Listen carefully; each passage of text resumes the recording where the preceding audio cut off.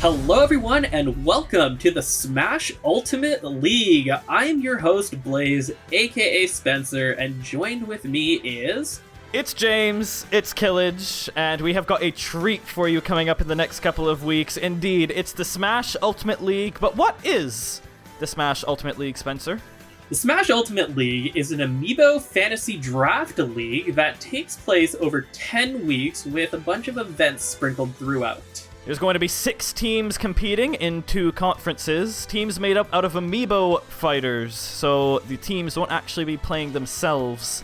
They'll have little AIs in control, which gives it a big element of randomness, a lot of team building. There's 40 Amiibos to choose from, and all of them were chosen by draft at the beginning of the season. So with 30 fighters picked, we do have 10 additional free agents that are available to any team at any point during the season to pick up if they desire. Teams are also allowed to trade fighters between each other, with the deadline being by the end of Week 7.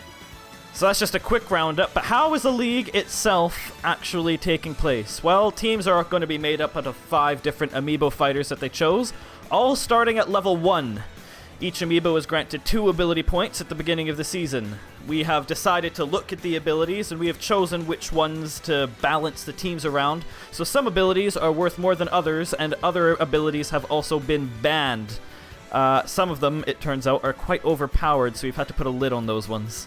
At the start of the season, each team will be given a 10-minute practice round in order to train up their Amiibo fighters a little bit. That way, they're not going to be complete sitting ducks when the series starts. Each week, teams will play a 2v2, a 1v1, and then a final 2v2. It'll be 3 stocks, and for the 2v2s will be 10 minutes, while the 1v1s will be 7 minutes. All items will be turned on, but set to low, and Smash Meter will be enabled. Each team will have chosen their own home stage before the tournament begins. And to make sure that the league is as even as possible, all matchups are selected via a random schedule generator that we found online. Each Amiibo can only also be used once per week, and also once per event.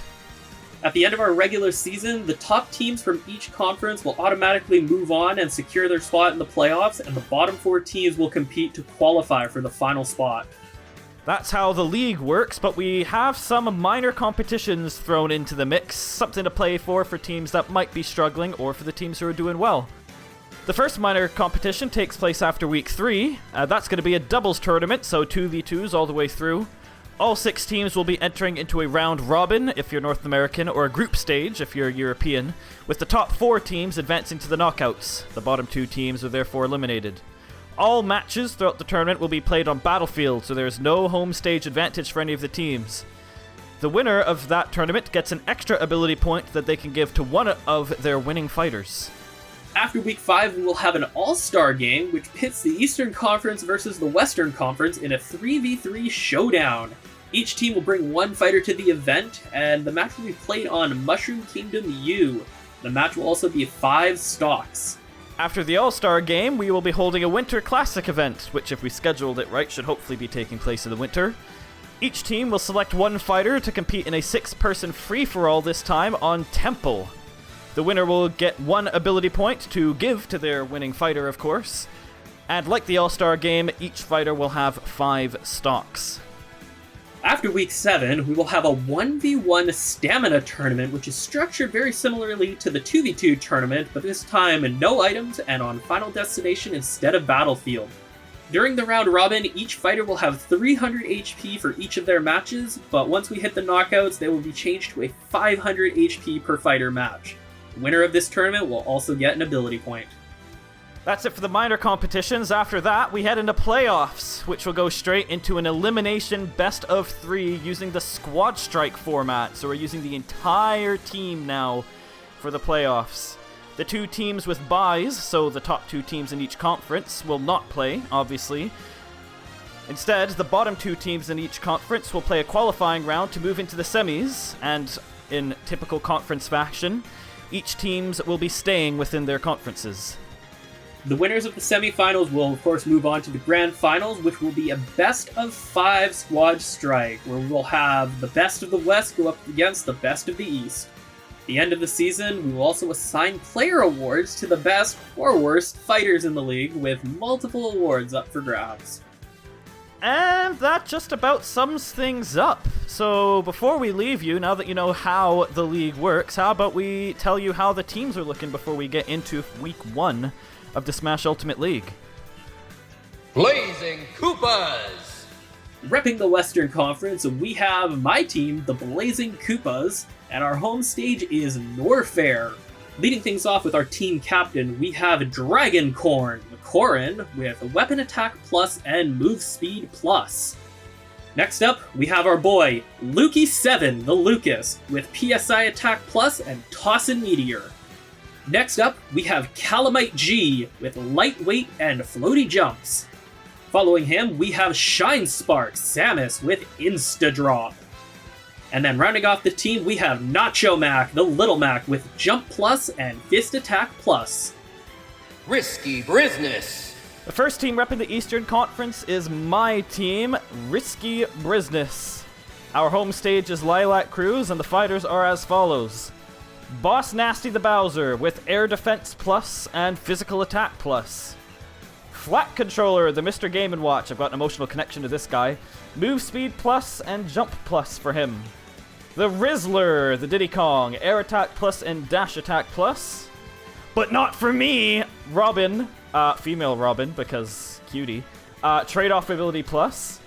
And Ahoy Boy the Toon Link, with Item Gravitation and Thrown Items Plus. Pretty Posse! Next up for the Western Conference, we have the Pretty Posse being managed by our good buddy Razi, and their home stage is the Kalos Pokemon League. Their team captain is Edelweiss, the Zero Suit Samus, with Item Auto Grab. Next up, we have Kojun, the Palutena, with Air Attack Plus and Air Defense Plus. Next up, we have Gunther, the Cloud, with Dash Attack Plus and Tossin' Meteor.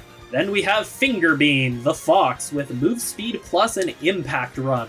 And last but not least, we have D-Cheese, the Roy, with Jump Plus and Weapon Attack Plus. Freaky Five!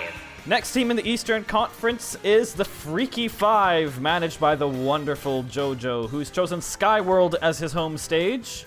His team captain is Rob Mydeek, the Rob, with Trade-Off Ability Plus. Mewtwo, the Mewtwo, too many twos in here. Critical Health Stats Plus and Critical Health Attack Plus. Funny Joke the Joker, Move Speed Plus and Jump Plus on the man clad in red and white. Sour Key the Sora, Air Attack Plus and Air Defense Plus, real menace in disguise. And Marth Vader, Weapon Attack Plus and Item Gravitation for the Prince. Babygirl Brigade!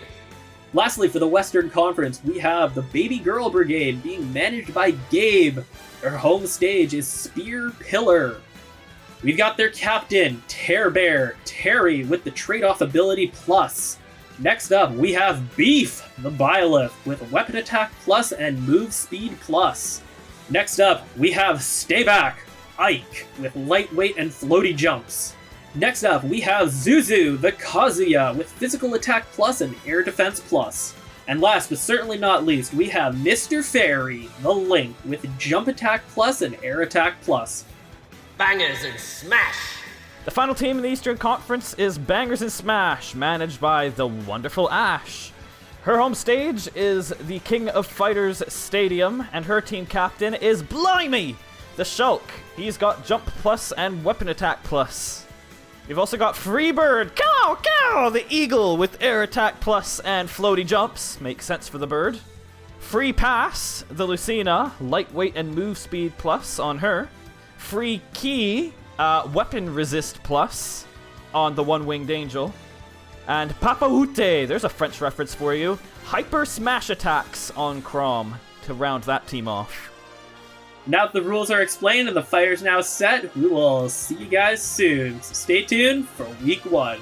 See you there.